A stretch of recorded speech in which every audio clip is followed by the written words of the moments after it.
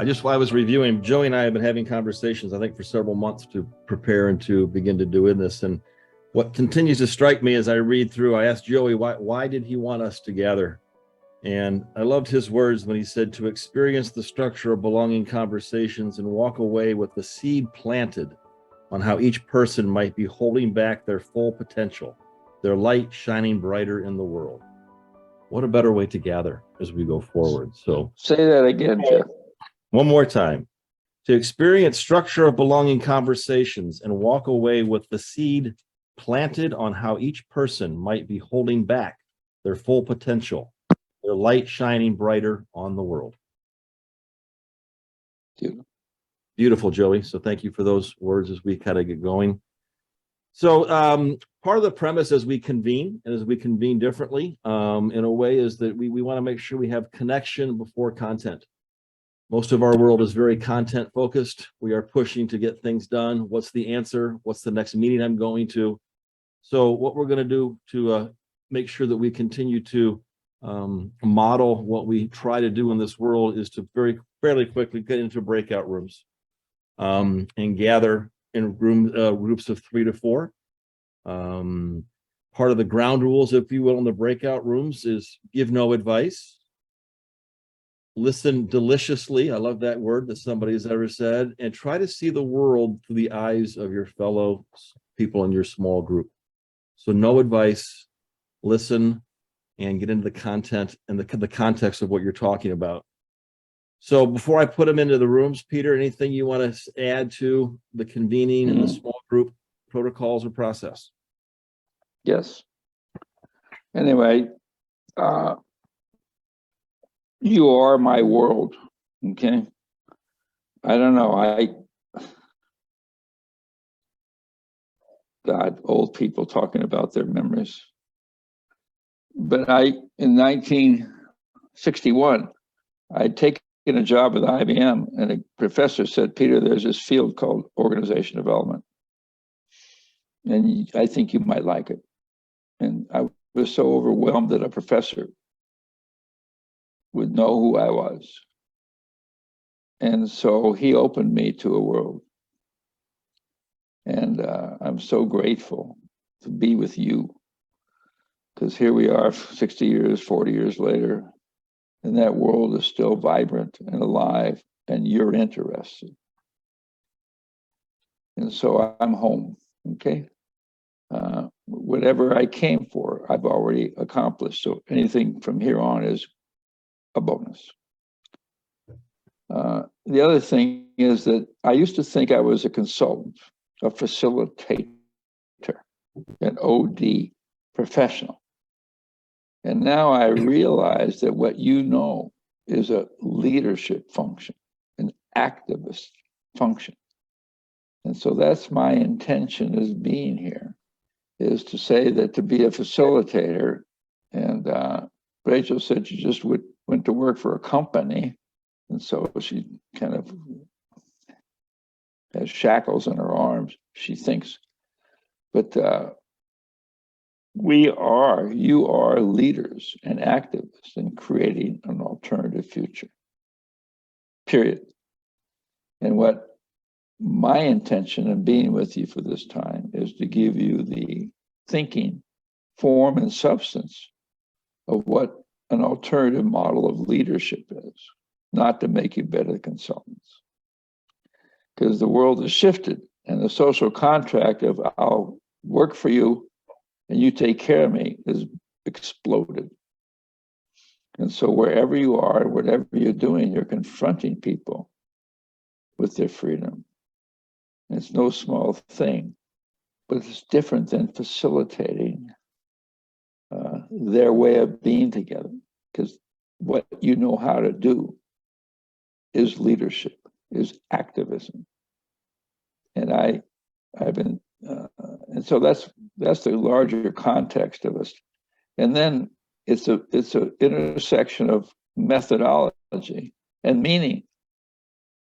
You are the intersection of belief and belonging. And so what you're up to, whether you signed up for it or not, is what the world is longing for. It's just not to help organization or community be more effective. That we have the intersection of working with people that care about something and helping them know that their way of being together is essential to bringing into being what they care about. And without you, they'll just be passionate. They'll just be intense. They'll just build a business. They'll just talk about goals and outcomes. And you and we and I am an alternative to an outcome-based world. I'm not interested in evidence-based anything. Because in the longing for evidence, we commodify the world. And so this hour and a half, and the reason it's a totally easy yes for me is, because I so believe in who you are and what you've chosen to call yourself, even if you have too many initials after your name. I forgive you for that. Your mother's happy, but we're not. Okay. And so that's what this hour and a half is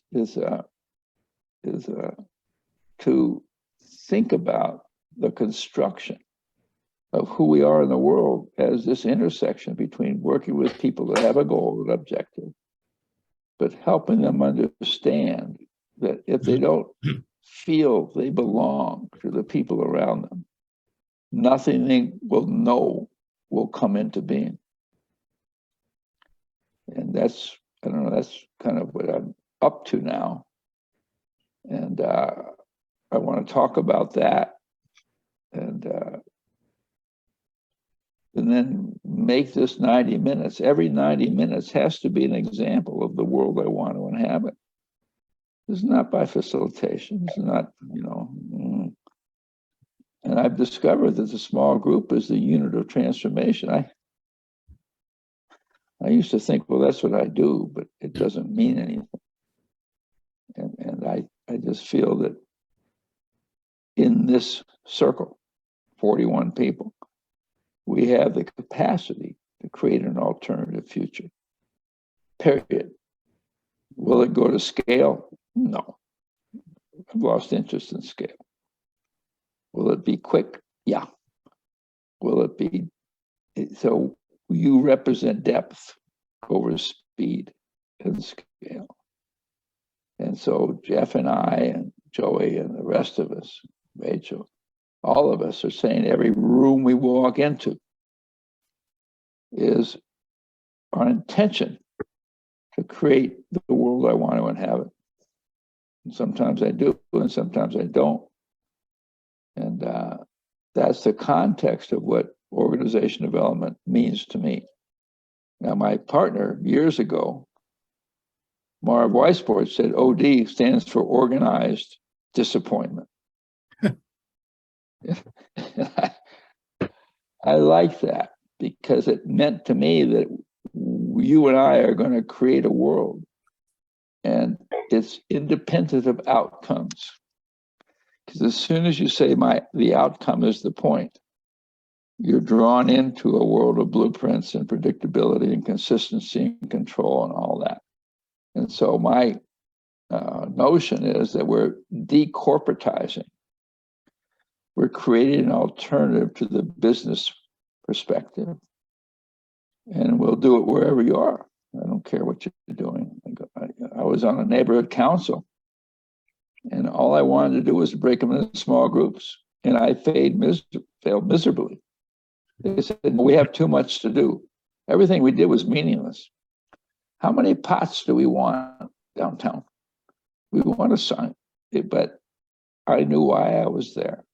So wherever you go and wherever you are, you know why you're there. And if it doesn't work, well, talk to God about that. Anyway, I try to be as vague as I can most times. So Jeff, come back, save me, rescue me. Absolutely, thank you, Peter. It's a great context as we set it up, and we do as Peter indicated, the unit of change is the small group. That is where the work is and becomes, and that's where we get meaning. So to do that, we will break into our first small group. Joey's going to put you in a group of 3 to 4. the connecting question that we have, it's in the chat. Why is it important for you to be here? Yeah, and that question is not why are you here? It's not what do you expect from being here? It's been 20 years since I've asked anybody, what do you expect? Because it's always too low. I want to pick up a tool. All right, I got a workshop full of tools, and I haven't built anything in 15 years. But why was it important? So go ahead, Jeff. I'll stop talking, but it's not going to be easy. It's the language is very important, Peter. It's the linguistic piece that we talk. So why is it important for you to be here? So Joey will put us into breakout rooms, a little shorter one to start for about 8 minutes to get connected. Then we'll come back together and we'll not report out. We will ask what struck us about the conversation. And Peter and I will also be put into rooms to join you as part of the community. I know. That's why we came, is to find out who you are. Really, I talk as an obligation, but I came to be in a small group. So Joey, if you put us in our groups, share a little bit of your thoughts about the stranger and how that plays into the work that we do. Thank you. So to me, like-mindedness is the enemy of connection. It's the enemy of alternative future. The stranger offers to me the possibility of surprise. And I think the activism that we represent is the welcoming of the stranger. And the question to the stranger is not, what are your opinions? Because opinions have no power. If I ask you, what do you think about this, left, right, whatever, it doesn't take us anywhere. It's just mildly interesting or not. What matters is I ask you what matters. And then the work I'm doing now is the intersection of belief and belonging. And the election and the politics is organized around people's belief. And so I care about what you're passionate about. Women's control of their body, the environment, the planet, children, safety. But that alone is based on, and we think if we do research, and if we're right, it will matter. But without what you are, organization development is bringing people together who didn't think it mattered.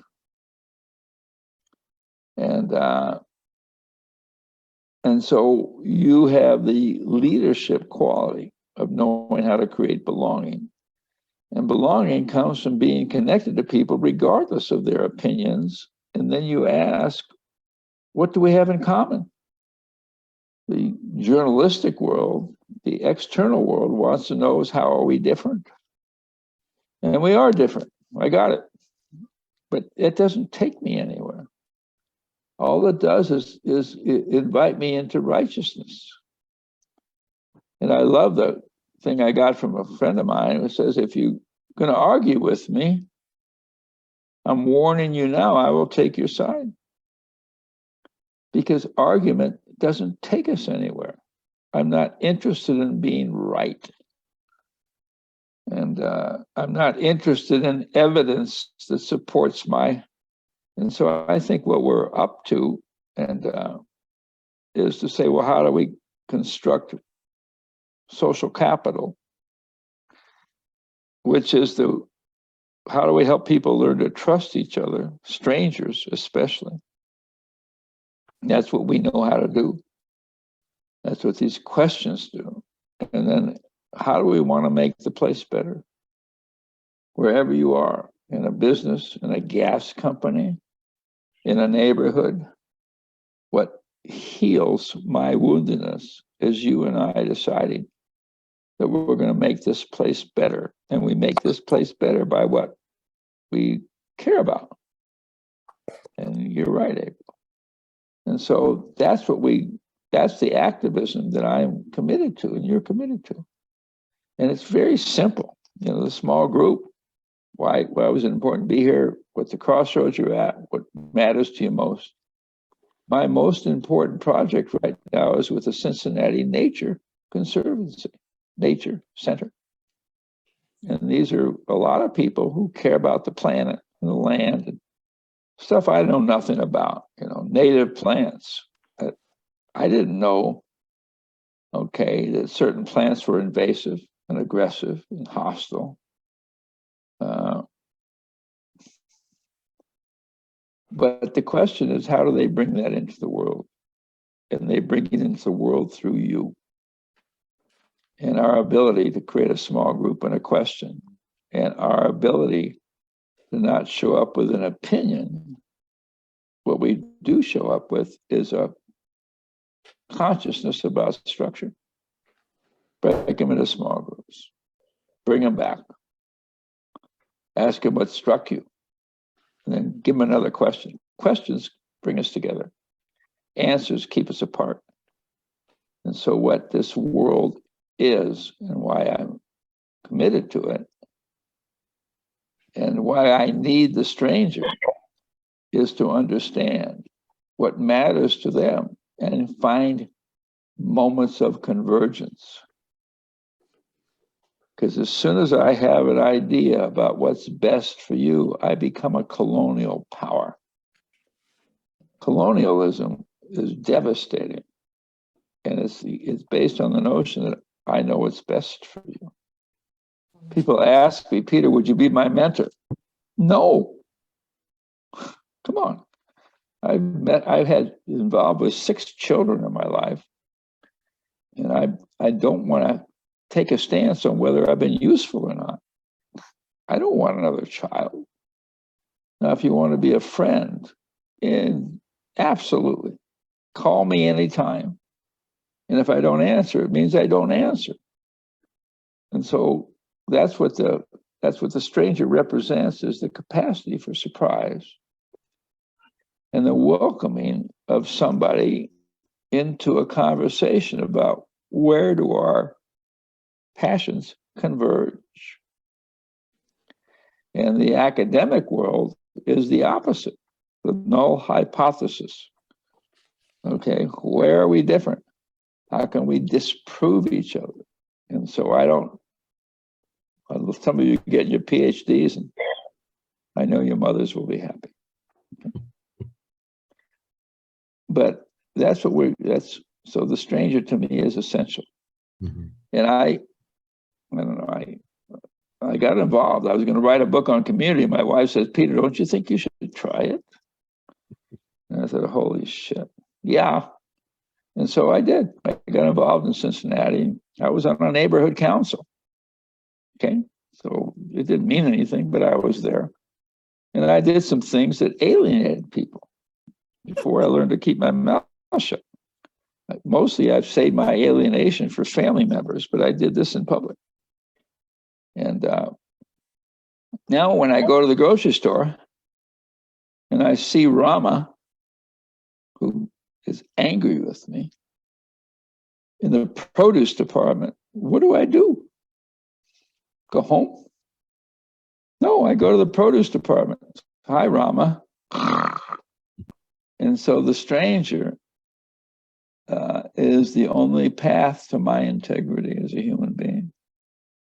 And if I can't love the stranger, and I don't mean love, I don't really like Rama. But if I can't invite into where does our interest intersect, then I'm just a marketing tool, you know. And so that's why these methodologies have a political dimension.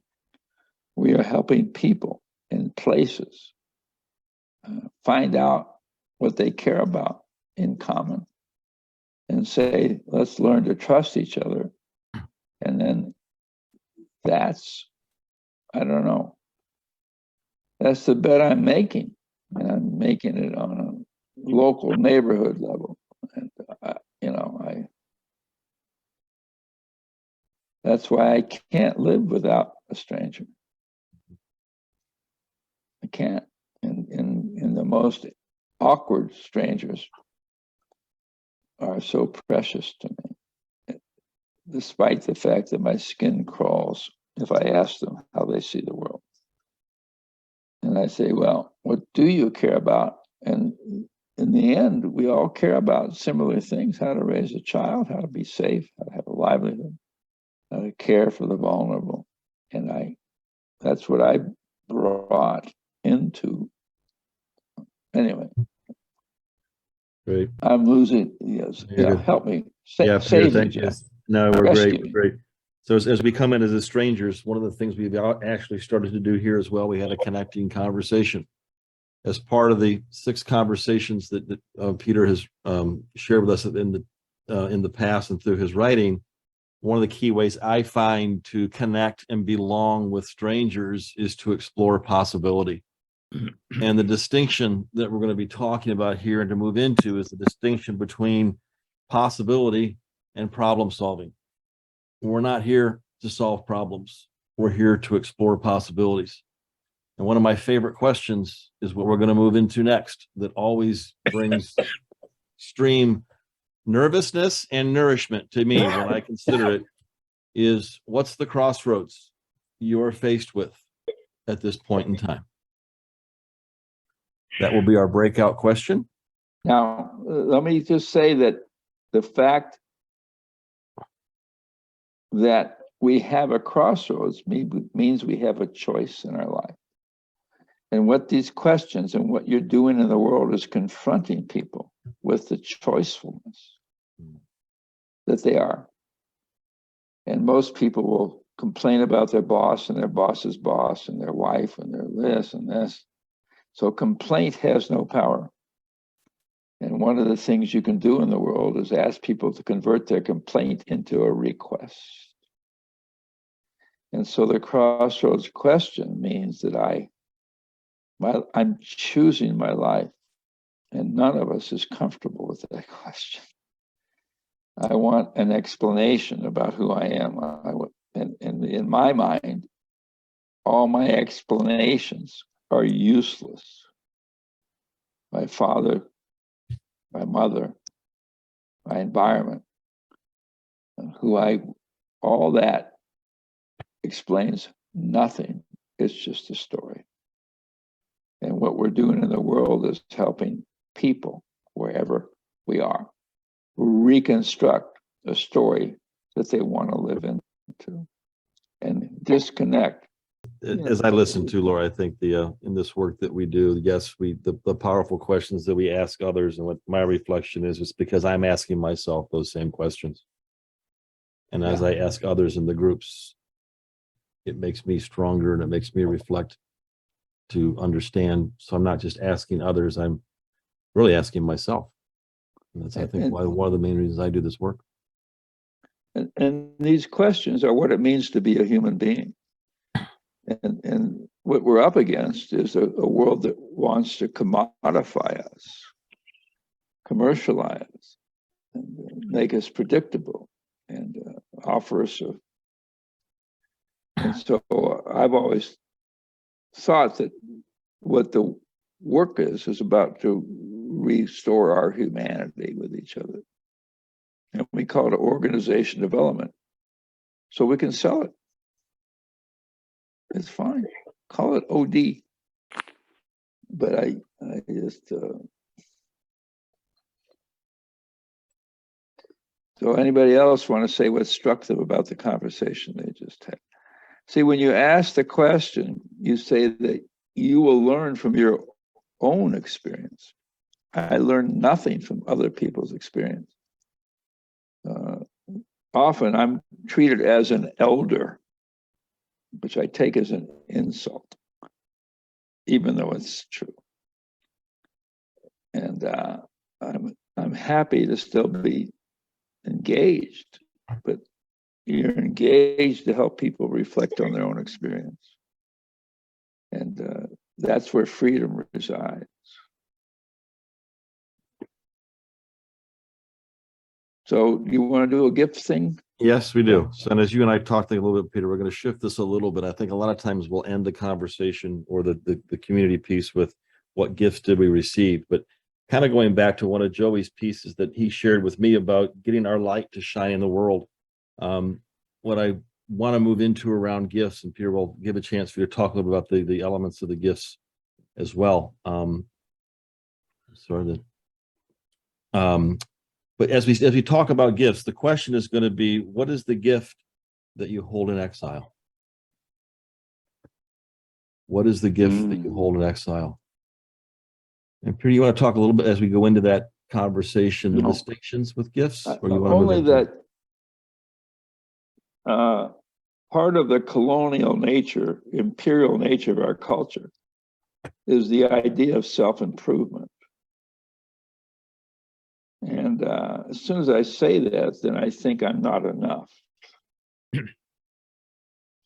And I've been working on myself long enough to know that all my work on myself has been an exercise in kind of divine futility. Because things I've been working on for 70, 60 years, I mean, if you're working on something for decades, maybe working on it doesn't work, you know? And so what I'm most terrified of is what my gifts are. Because as soon as I tell you that my gift is a gift of translation, a gift of language. Let me just use that as an example, because I'm very much on my mind now. So, okay. I got 7 years to live according to the Bureau of Statistics. So what do I want to do with that? And I think, well, but as soon as I say that, oh my God, the burden is unbearable. And so confronting people with their gifts is essential to their, and that's the conversation that we don't want to have. And I don't want to have to die. I'm going to miss my eulogy. And only by a couple of days. What the hell's going on here? Come on, man. So what we're doing with Jeff and Joey and us is to bring the notion of confronting people. What's the gift you hold in exile that you've not fully brought into the world? Mine was when I came to Cincinnati and I was asked, I participated in the question I was asking in the room was what courage is required to be a public figure in Cincinnati. Well, that scared the hell out of me. But that was a great question. And I thought, well, do I have the skin for that? Do I have the stomach for that? Do I have the will for that? So let's do this, Jeff, because this is the ultimate pathway to activism. I'm tired of labeling people as poor, okay, as disabled. You know, all that labeling treats them as if they're broken. And there's no such thing as a poor person. There's people without any money, but that's not who they are.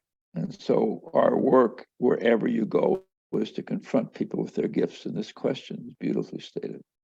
So let's do this and act as if you have an answer. And this is no time for shyness, okay? Your parents are not watching.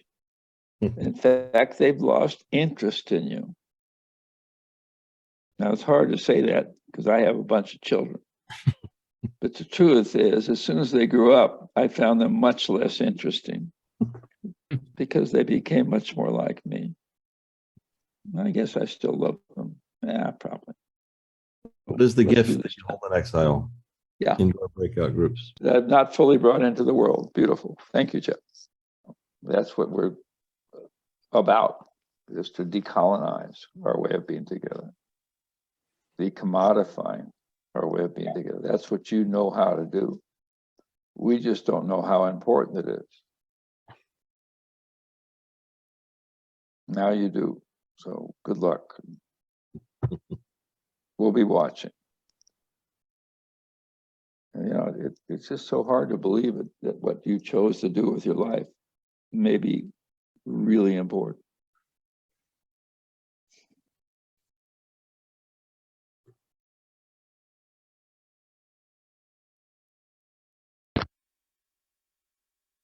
Mm.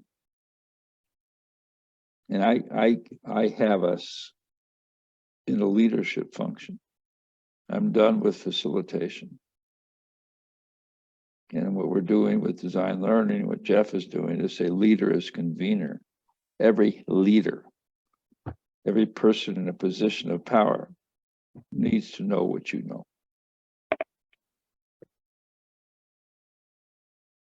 They don't need to be a role model or a visionary or another version of my father and mother. They need to know how to break people into small groups, for God's sake. How hard is that? Pathetic. Lisa, you want to say something?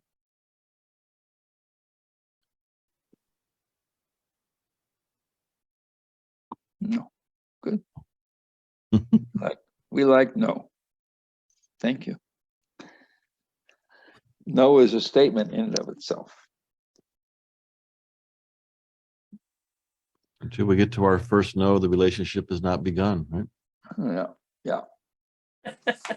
No is the beginning of a conversation of commitment. So Lisa just started it. All right, my friends. Yes. Thank you for letting me Thank into your you. lives. Stay tuned. Peter has been writing prolifically. We're excited to continue to hear what his writings take us. So in particular, the choosing your freedom and accountability. What's the title, Peter, of the one coming out? Confronting Our Freedom, coming out on Nice. Valentine's Day. Valentine's Nice. Day. Yeah, that's what we're doing. We're confronting people with their freedom, and it's not what they asked for. But I don't know how to bring peace or healing into the world without letting people know they're agents of creating a world they want to inhabit. Period. And so, I don't know. And we're also thrilled that the 4th edition of Flawless Consulting is coming out in April. Yeah, I A know. lot of great new things there. I put in the chat here, invite you to join. We have a LinkedIn group on structure of belonging. People that are interested in this work, we gather as a community just to build exactly what we just did here. It has come out of other sessions. A few of you may have been on a part of that community. We do storytelling sessions at least once a month, connect folks who are doing this work to convene others in a way that has meaning. So we'd love for you to join that group as a way to continue to build the community. No obligations than just to show up and to share and to be you. And we'd love to hear from you as we continue to connect with the world. So please reach out to either of us as we work and make this difference. And I love Peter's, my takeaway is that we the OD community are the leaders of the world. And it's time I step up and not step up next to them, but to help guide and lead. So with that, thank you folks for your engagement.